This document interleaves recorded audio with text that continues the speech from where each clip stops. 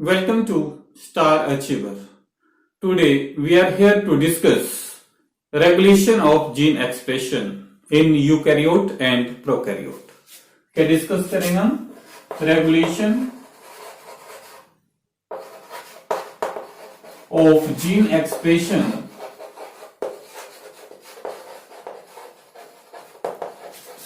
in eukaryote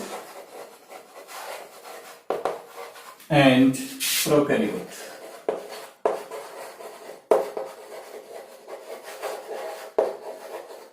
जो gene expression है eukaryote और प्रोकैरियोट में वो कैसे रेगुलेट होता है, ये आज का हमारा टॉपिक है। अब ये जो जीन एक्सप्रेशन है तो हमें पहले जीन के बारे में पता होना चाहिए कि जीन क्या होती है। Gene is what? It is a self replicating unit which reside on DNA molecule. Gene क्या है? It is self replicating unit. Self replicating means अपना डुप्लीकेट खुद बना सकती है। Gene is what? It is self replicating unit which reside on, कहां पर रहेगी ये? DNA molecule and contain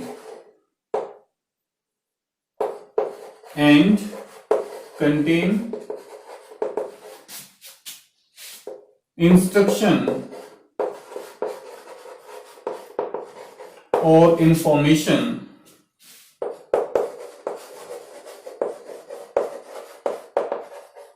in coded form for the synthesis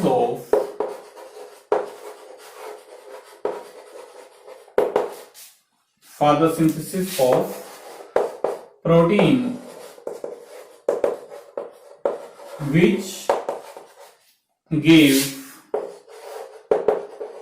particular phenotype to the organism,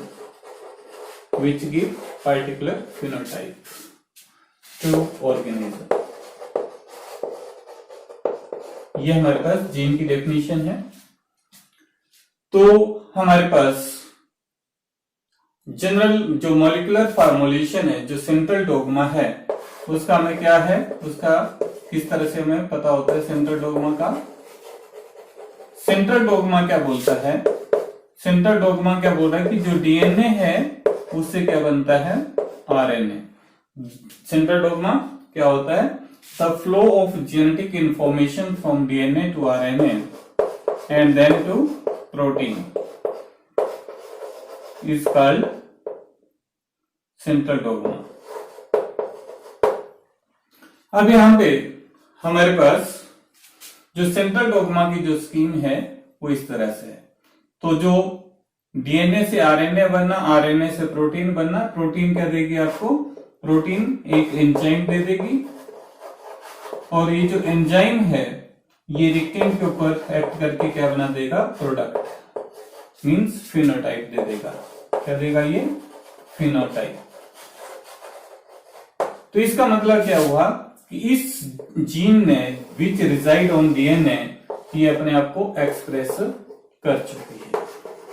तो जो जीन है उसने क्या करा है? यहाँ पे अपने आप को एक्सप्रेस कर लिया। अब यहाँ पे ये जो एक्सप्रेशन ऑफ जीन है ये कैसे इसको हम कंट्रोल कर सकते हैं प्रोकैरियोट के केस में, और कैसे इसको हम यूकैरियोट के केस में कंट्रोल कर सकते हैं। तो यही हमारा है topic, regulation of gene expression in prokaryote and eukaryote. तो पहले हम क्या करेंगे कि जो रेगुलेशन होती है जीन एक्सप्रेशन की वो किस तरह से रहेगी वो अब हम डिस्कस करते हैं। जो रेगुलेशन है फर्स्ट हम करेंगे यूकैरियोट के केस में। किसमें कर रहे हैं हम? यूकैरियोट के केस में।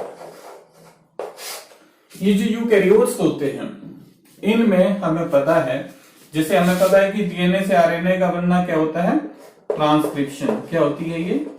ट्रांसक्रिप्शन। ट्रांसक्रिप्शन क्या होगा? Formation of RNA from DNA. और ये आरएनए से प्रोटीन का बनना क्या होता है? ट्रांसलेशन। अब ये जो ट्रांसक्रिप्शन होगी यूकैरियोट के केस में, जो ट्रांसक्रिप्शन होती है यूकैरियोट के केस में वो कहां पे होगी? न्यूक्लियस में।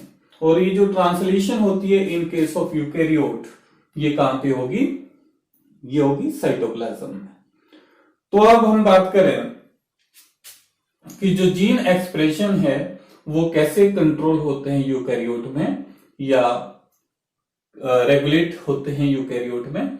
तो जो जीन एक्सप्रेशन है it is controlled, it is regulated at transcription level. कहां पे कर सकते हैं इसको? पहला ट्रांसक्रिप्शन लेवल पे। तो ट्रांसक्रिप्शन लेवल के ऊपर भी क्या करेंगे हम? जीन एक्सप्रेशन जो है यूकैरियोट की वो जो है कंट्रोल होती है। कैसे? कब होगी? When primary transcript is formed. कब होगी? When primary transcript, primary transcript का मतलब HNRNA। जब ये HNRNA बनता है उस टाइम पे ट्रांसक्रिप्शन लेवल के ऊपर जो है वो जीन एक्सप्रेशन को रेगुलेट किया जा सकता है। सेकंड हम बात करें तो ये कहां पे हो सकती है? प्रोसेसिंग लेवल के ऊपर। कहां पे? प्रोसेसिंग लेवल के ऊपर भी gene expression in case of eukaryote वो रेगुलेट होती है, कंट्रोल होती है। तो प्रोसेसिंग लेवल का मतलब क्या हुआ?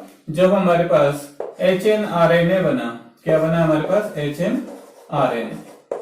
इस HNRNA ने किस में कन्वर्ट होना है? पता ही है, mRNA।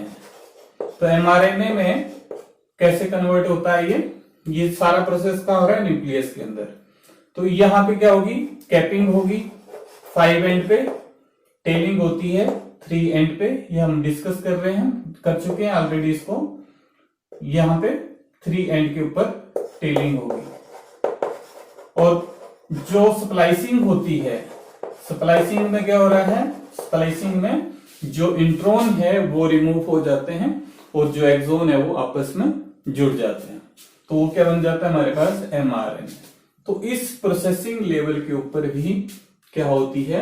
जीन एक्सप्रेशन जो है वो रेगुलेट हो सकती है इन केस ऑफ यूकैरियोट।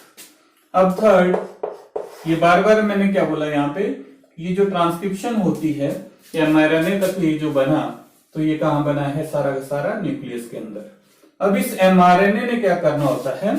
ये जो mRNA है for the synthesis of this protein ये कहां पे आएगा? ट्रांसपोर्ट होगा ये साइटोप्लाज्म में। तो यहां पे इसकी जो ट्रांसपोर्ट होती है, माइग्रेशन होती है, उसको यहां पे भी अगर रोका जाए तो यहां पे प्रोटीन या फिनोटाइप नहीं बनेगा। प्रोटीन या enzyme which give particular phenotype वो भी नहीं होगी। तो यहां पे जीन एक्सप्रेशन यहां भी कंट्रोल की जा सकती है। तो क्या कर सकते हैं हम यहां पे? Transport of mRNA out of nucleus, transport of mRNA out from nucleus to cytoplasm। तो यहां भी रेगुलेशन हो सकती है, जो जीन एक्सप्रेशन उनको कंट्रोल किया जा सकता है। एंड फोर्थ पॉइंट, तो 4 लेवल के ऊपर फोर्थ पॉइंट की बात करें हम ट्रांसलेशन लेवल के ऊपर भी, तो क्या ट्रांसलेशन लेवल के ऊपर भी gene expression in case of we can say eukaryote वो कंट्रोल हो सकती है। ट्रांसलेशन लेवल का मतलब ड्यूरिंग प्रोटीन सिंथेसिस। तो प्रोटीन सिंथेसिस में भी जो है वो ड्यूरिंग ट्रांसलेशन लेवल में भी जो जीन एक्सप्रेशन है यूकैरियोट में उसको कंट्रोल किया जा सकता है। तो जो इन केस ऑफ यूकैरियोट जो जीन एक्सप्रेशन है it is regulated at 4 level.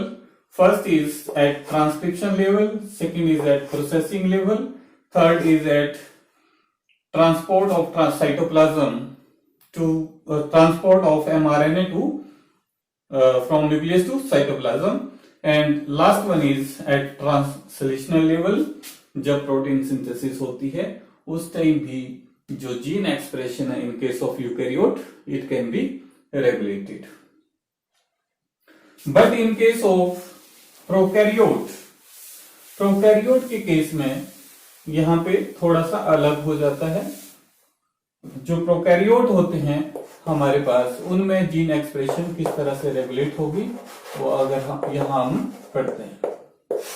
तो प्रोकैरियोट के केस में जो ट्रांसक्रिप्शन होती है या ट्रांसलेशन जो होगी वो दोनों की दोनों कहां हो रही है, हमारे पास साइटोप्लाज्म। कहां होगी? साइटोप्लाज्म में होगी।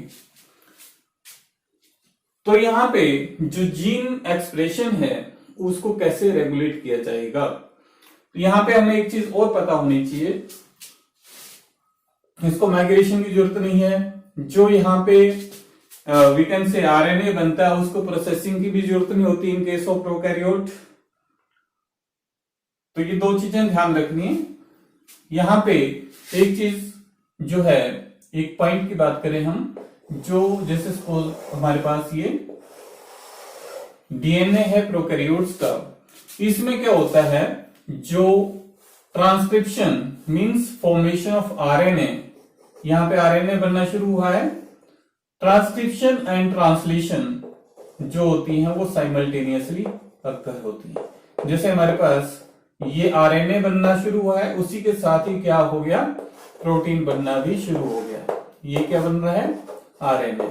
आरएनए के साथ साथ क्या हो रहा है, प्रोटीन बनने भी शुरू हो जाता है। इनके जो ट्रांसक्रिप्शन एंड ट्रांसलेशन है इन case of prokaryote it is coupled process, means ये साथ साथ होते हैं।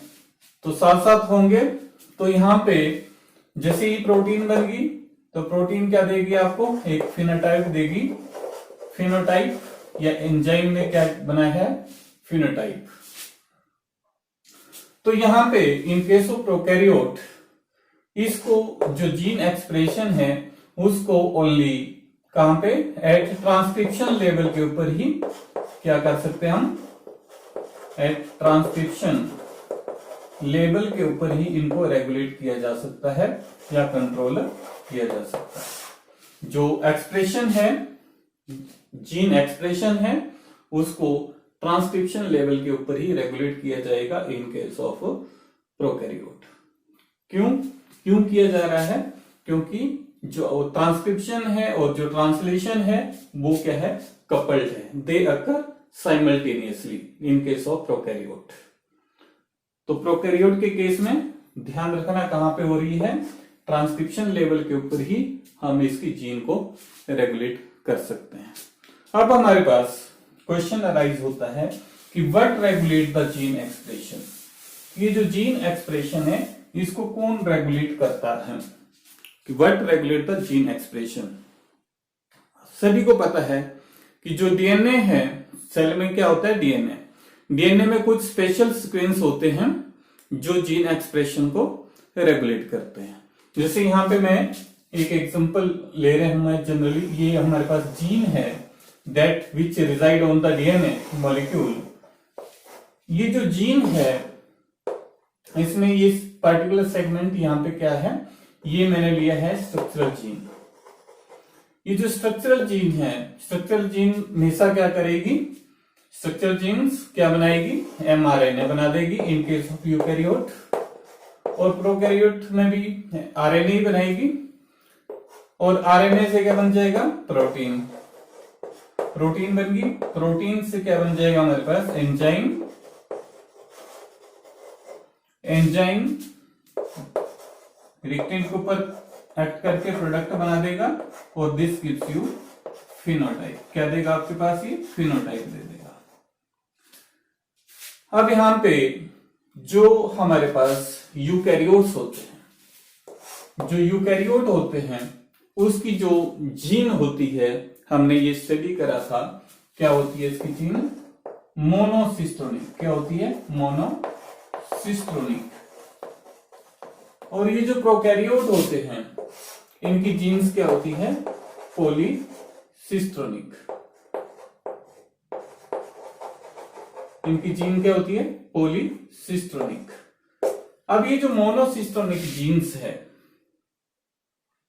या पॉलीसिस्टोनिक जीन्स होती हैं, इनको कौन रेगुलेट करता है? यहाँ पे भी हमारे पास कुछ सीक्वेंस होते हैं, वो जिसको हम क्या बोलते हैं? Regulatory genes. तो जो रेगुलेटरी जीन्स होती हैं वो क्या करती हैं? स्ट्रक्चरल जीन या जीन एक्सप्रेशन को कंट्रोल करती हैं या रेगुलेट करती हैं। अब जैसे हम बात करें कि इन केस ऑफ यूकैरियोट, ये जो जीन थी वो क्या थी? मोनोसिस्टोनिक, यानी कि ये जो जीन होगी वो एक ही तरह का एक ही तरह की प्रोटीन बनाएगी। एक जीन एक ही तरह की प्रोटीन बनाएगी, उसको क्या बोल देंगे हम? Monocistronic gene. अब ये जो प्रोकैरियोट होते हैं, इस केस में क्या होता है? एक जीन जो है वो कई तरह के प्रोटीन सिंथेसिस कर सकती है। जैसे यहां भी स्ट्रक्चरल जीन है, यहां भी स्ट्रक्चरल जीन है। सपोज जनरल डिस्कशन है, यहां भी क्या बन गया इसका? आरएनए बना दिया इसने। आरएनए से क्या बना है? प्रोटीन, प्रोटीन, प्रोटीन से एंजाइम, एंजाइम से अगेन फिनोटाइप पर्टिकुलर। तो सेम यहां भी यही है। आरएनए, आरएनए से क्या बन गया? प्रोटीन। ये सारा प्रोकैरियोट के केस में होता है। यूकैरियोट के केस में एक जीन एक ही तरह की प्रोटीन बनाएगी। जो पॉलीसिस्टोनिक जीन्स होती हैं वो क्या करती हैं? एक से ज्यादा प्रोटीन, अलग अलग तरह की प्रोटीन बनाती है, एंजाइम बना सकती है। तो उसको क्या बोलते हैं हम? Polycistronic genes. तो ये जो जीन्स एक्सप्रेशन है इसको कौन कंट्रोल कर रहा है? Regulatory gene. तो ये क्या कर रही है? जो रेगुलेटरी जीन है, it control the expression of these structural genes. अगर यहां पे यूकैरियोट है तो वहां पे ये जो यूकैरियोटिक जो जीन होती है वो मोनोसिस्टोनिक होती है, प्रोकैरियोटिक की जो जीन होती है वो पॉलीसिस्टोनिक होती है। So I hope this is all about the regulation of gene expression in prokaryote and eukaryote।